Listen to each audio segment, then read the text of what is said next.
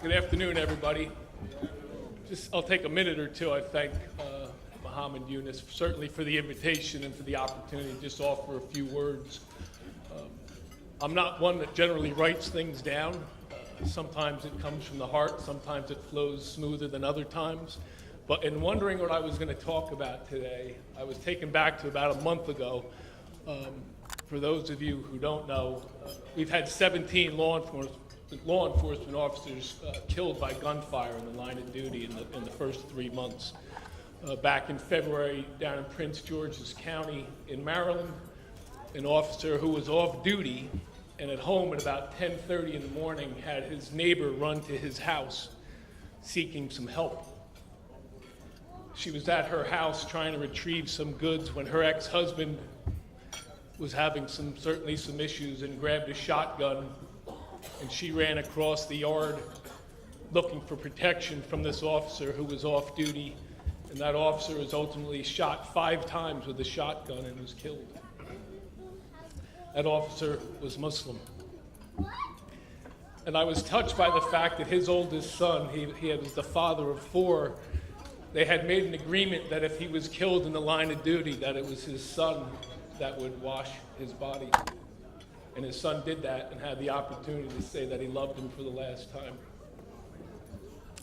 But what I am certain of is when that neighbor ran to his house, she did not ask him if he practiced in a church, if he practiced his religion in a mosque, if he practiced his religion in a temple.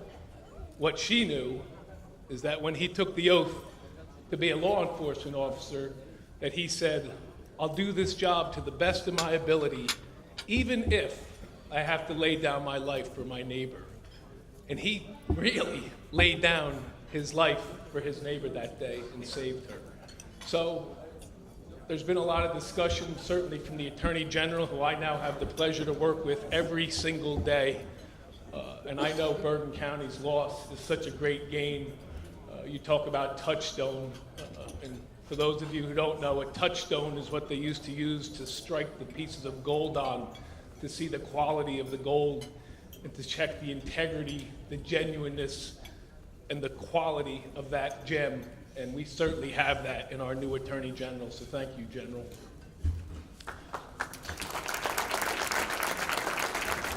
My hope as the Colonel, although I'm not the first one did talk about compassion and treating people according to the Constitution. That is no different almost 100 years since the founding of the New Jersey State Police than it is today.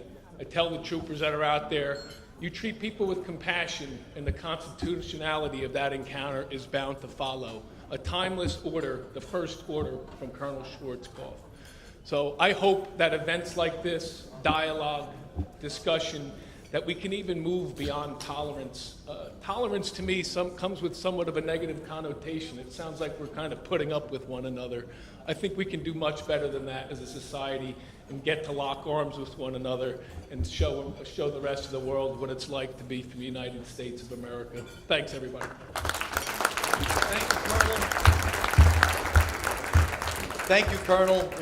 We need our Attorney General and you on the front lines of ensuring that New Jersey leads in promoting law and justice. So thank you very much, Colonel, Attorney General. And along with that, since I teach Homeland Security and all that good stuff at Fairleigh Dickinson University, I'd like to bring up our Office of Homeland Security Director, Jared Maples.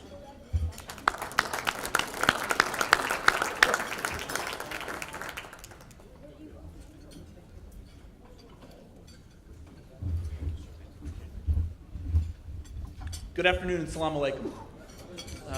I timed my remarks for just under an hour, so I'm going to stick to that, inshallah.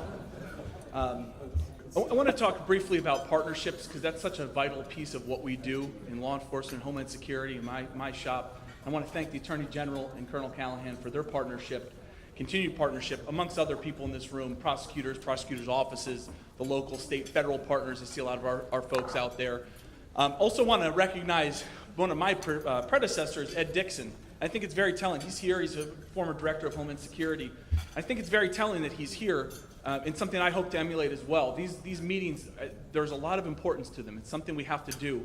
because when we're meeting in environments like this, we're going to get through the threats and the issues and the problems when they occur later on. So it's better to have these discussions now and be better prepared, and then also know each other and know what is going to be said and what's going to happen. So building trust and cooperation, it's been a continued theme throughout a lot of the remarks through here, and they are so vital. It's something we're going to continue to try to do at OHSP, and again, in conjunction with the Attorney General and the State Police, our key partners in all of these initiatives. At NGOHSP, I want to talk a little bit about the grant side. It's something that we're focused on. Congressman Gottenheimer mentioned the Nonprofit Security Grant Program. We manage that at OHSP for the state and coordinate that. I highly recommend that everyone in here that's tied to a nonprofit or faith-based community apply for that. We'll help you. Your success is our success as a state, and it makes us more secure and you better prepared to protect your flocks and your constituencies. So please do that, along the lines as well as the Nonprofit Security Grant Pilot Program, NSGPP, which is a state-level program across all 21 counties. We administer that as well, and it's so important to protecting and securing the religious facilities in this state.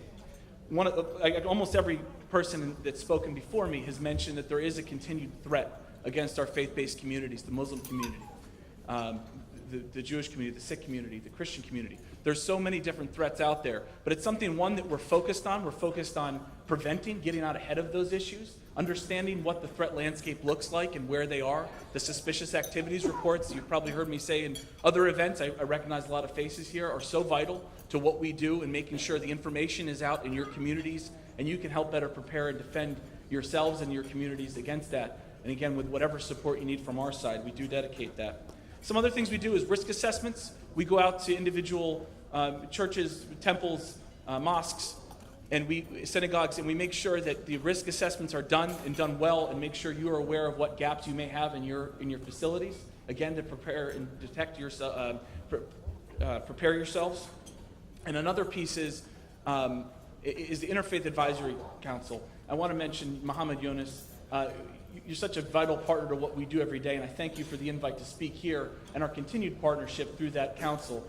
For those of you not aware of it, it's across all faiths in New Jersey, several hundred members involved, most senior leaders from all faiths across New Jersey, many of whom are in here today. And to stick to this couple-minute window, I'm not going to name you all, but I do assure you I see you here, and certainly are folks that are participant in that. But Muhammad, thank you for having us all together.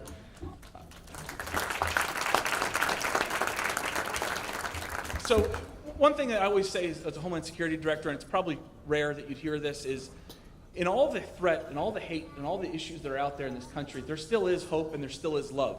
If you look at Texas, if you look at Virgin Islands, Puerto Rico, Florida, there's so many instances of people from the faith-based community, the nonprofit community, the first responder, law enforcement community coming together in times of need and across the board.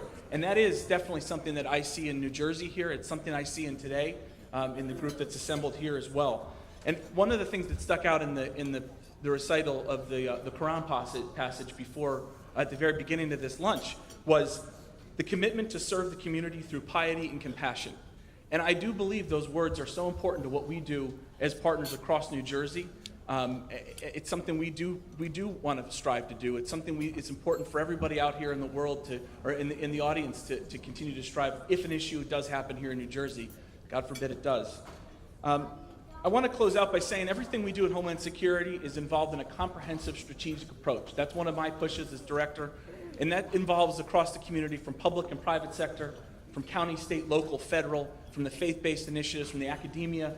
We need to go do this together to provide comprehensive security for our citizens, and that's something we're dedicated to doing.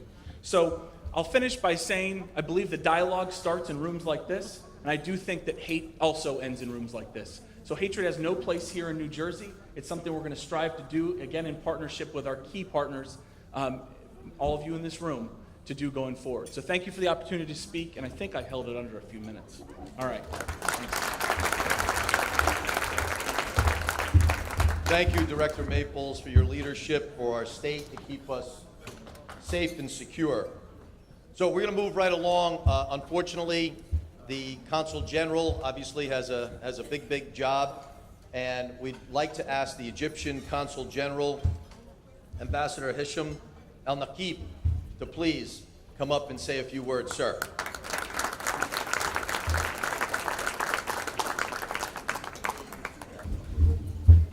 Thank you. You did a great job pronouncing my name. I mean, Irish pronunciation works well for me. I find it sometimes hard to pronounce my own name. But at any rate, Assalamu alaikum wa rahmatullahi wa barakatuh. With peace I come, with peace we depart.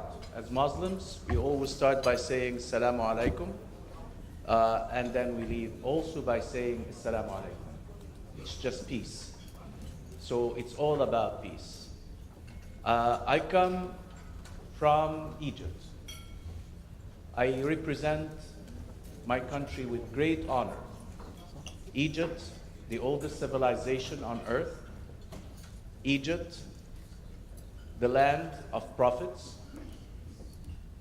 Egypt, where Jesus took refuge, where Moses was born, where Joseph was brought up, and many other prophets who lived and strived and took refuge in Egypt.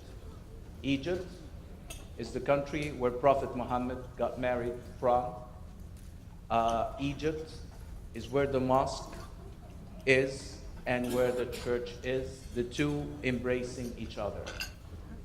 But before talking about my great country, I have to tell you a very, small story about, an experience that I lived here in this great country.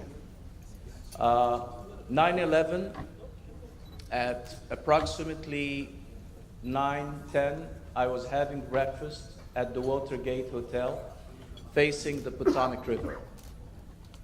I was at that time the spokesperson of the Embassy of Egypt in Washington.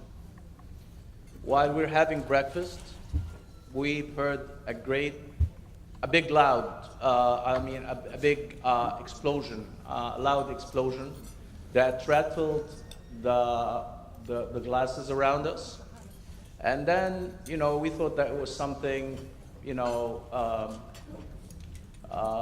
of a great significance, except, of course, for the TV who was running behind us, CNN reporting that there was a plane that plummeted into the World Trade Center.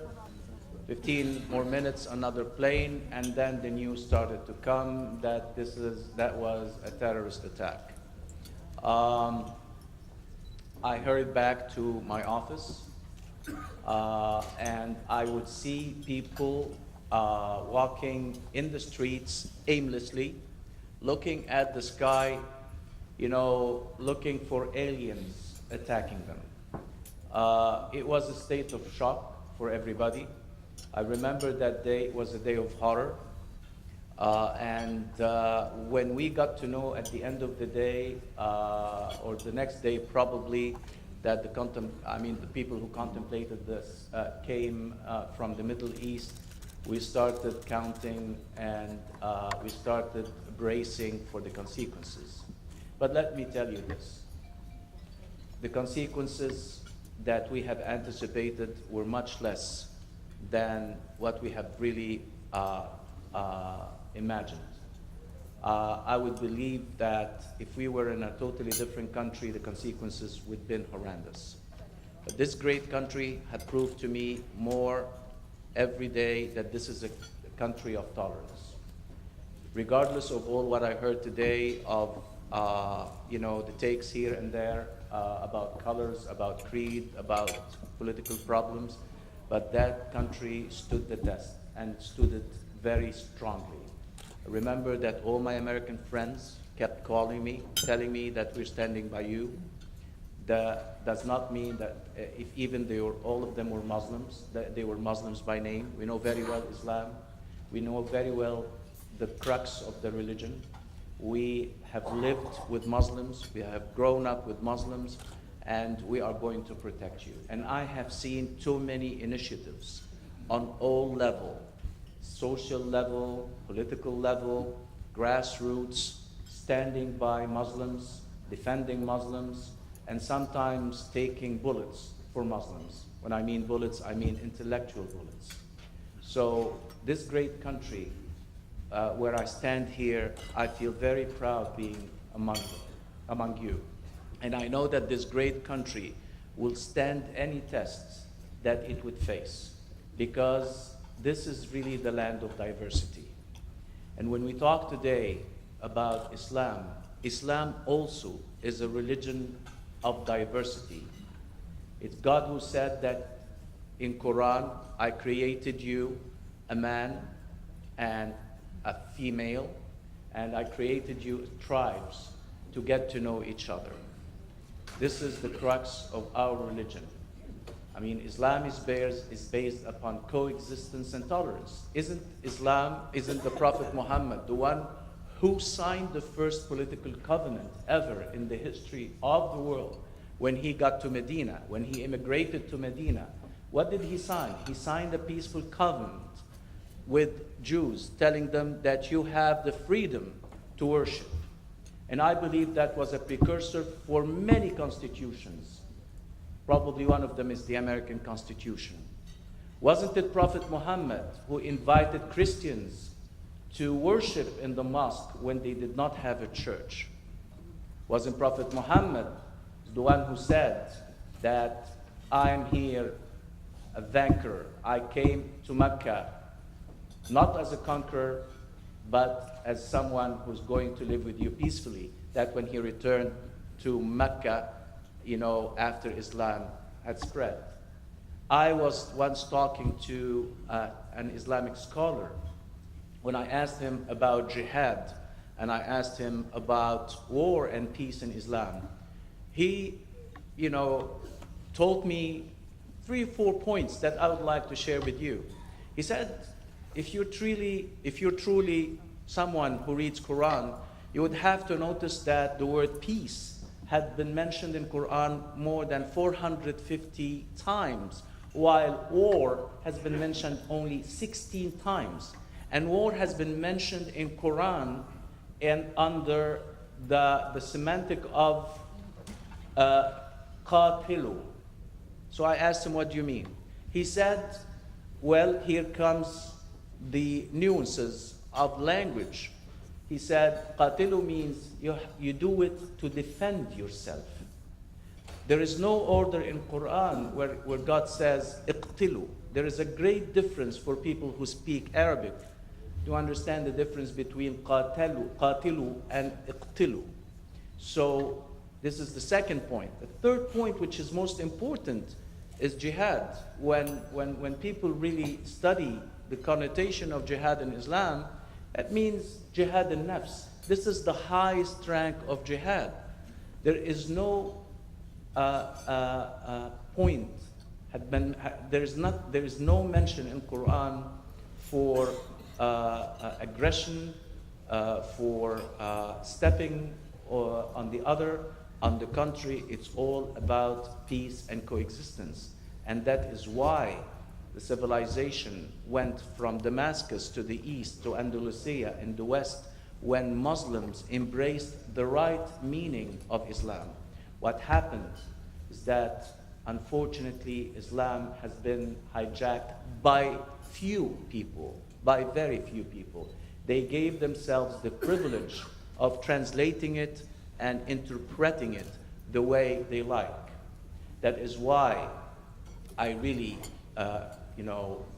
have to acknowledge when President Abdel Fattah al-Sisi, President of Egypt in 2015, came out with his very famous initiative saying that we have to take Islam back to its right roots, to the right interpretation. We have to really stand fast by the exact meaning of what Islam really advocates. So I'm coming here to tell you that I am so proud and I'm so elated to see that this great conglomeration, coming to celebrate the annual meeting of the American Muslim Union, the great work that has been done by Hajj Muhammad Yunus and by his great wife, Dr. Mirvat, is something beyond, simple words of acknowledgement, but we really have to, I would invite you to stand up give a big cheer for the effort that the two of them are doing, not on a yearly basis, but on daily basis. So I invite you to give them a big cheer.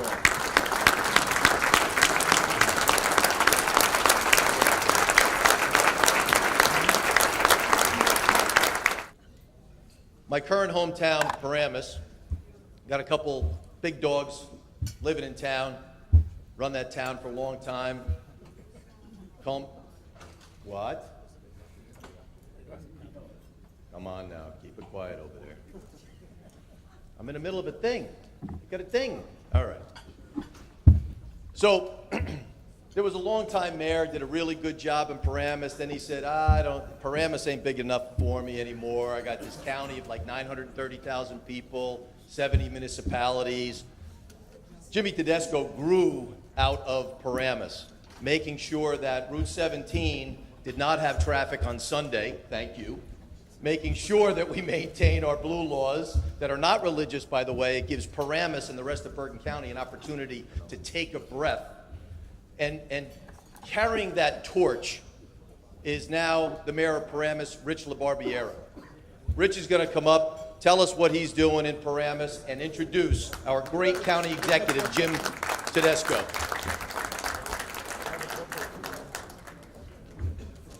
Eunice, be quiet. Oh, you, it's getting late. I say good morning because that's what the program said I was supposed to say, but it's good afternoon. Thank you, Leo. And it's a little bit of a change of plans. I was supposed to finally address and have my opportunity to address the union after attending 10 of the 20 years that it's been run. But the big dog put his hand on me and he said, change of plans, 3 B's. Be sincere, be brief, and be seated. You're introducing Jimmy. That works for me. I can't think of a better role this morning or this afternoon. But let's talk about how humbling it is to come here this afternoon and have an opportunity to address the union. Too often politicians simply talk. This room is filled with many politicians that walk the talk. You heard about the congressman and all the good things he's done for so many years for the Muslim community. You hear about Josh fighting down in Washington. You hear about Gerbir, who started here in Bergen County and is now down in the state fighting on a daily basis. You have Jimmy, who I'm going to have the opportunity to address shortly. But locally, everybody talked about getting involved. That's baby steps. In Paramus, we're in full stride. We're doing so many great things, not just for the Muslim community, but for every community that wants to call Paramus home. When you mention Jimmy Tedesco, you'll see him having iftar dinners during Ramadan. You'll see him standing next to me in front of a crescent moon during the Eid. He'll be standing next to me as we cut ribbons of Muslim-owned businesses so that those families can enjoy prosperity in this great land they call America. Could not be more proud to have such a strong Muslim community here in Paramus. And instead of attending meetings, we have members of boards who are actually making policy, affecting the lives of others here in the community. We have volunteers on our fire department, Nick being one of them, who's standing side by side with his fellow brother and sister firemen, defending and protecting the properties of the residents of this great town. So don't just get involved. Join us in full stride in continuing to make progress, not just for the Muslim community, but for every community that wants to call this great country home. Now, without further ado, that was the be sincere. Now it's going to be brief. Jimmy Tedesco, I can't say enough about Jimmy. He taught me much, if not all that I know, and I'm honored to be his successor in town. And it's been a real pleasure watching him take all the great things he's done in Paramus and go be the mayor for 70 other communities in Bergen County. He's a guy that's fighting not just for each and every one of you, but for each and every one of the 1 million residents that call Bergen County home. So without further ado, it's my opportunity to be seated. I did the be sincere, be brief, now I'm gonna be seated. But before doing such, I get to introduce my friend, the mayor of 70 towns here in Bergen County, Jim Tedesco.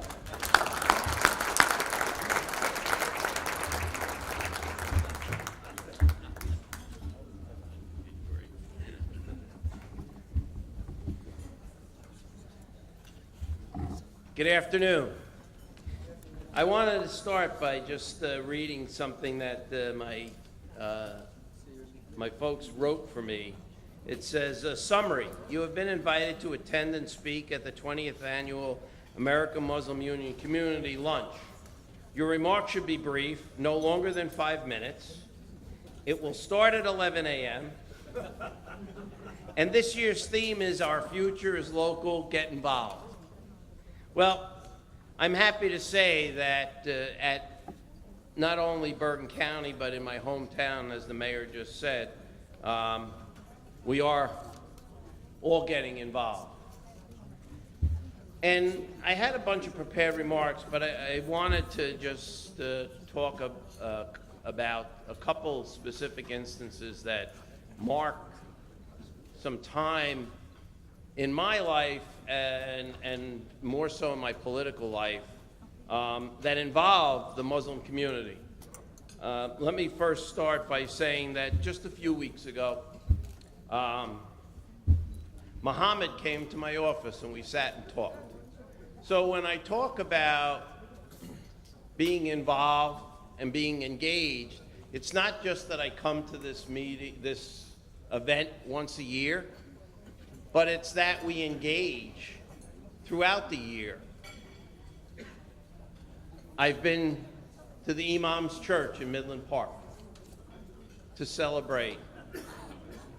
And it's important that officials that have a role in what happens continue to talk, as we've heard, and ensure that people know and understand that we all care. In 2002, I became the mayor of Paramus. And for those of you that don't know, I've lived in the community for 65 years. I've been born and raised there. Thank you. As the mayor has. Not quite as long, but... and right after I became the mayor, there were some incidents that were taking place in our community.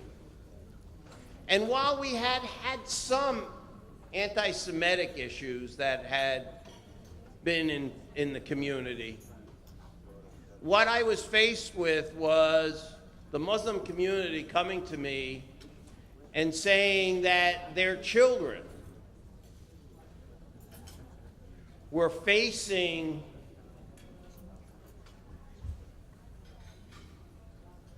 bigotry and intolerance.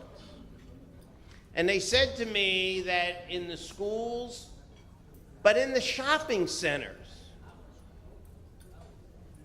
the Muslim children were being singled out, they were being pushed, they were being names called. And they said, as the mayor, we don't have anybody else to go to. We need to talk to you. You need to help us. And it was at that point that I said to them, you have a friend, and you have somebody that's going to do something. Not just tell you that we're going to do something, but we're going to do something.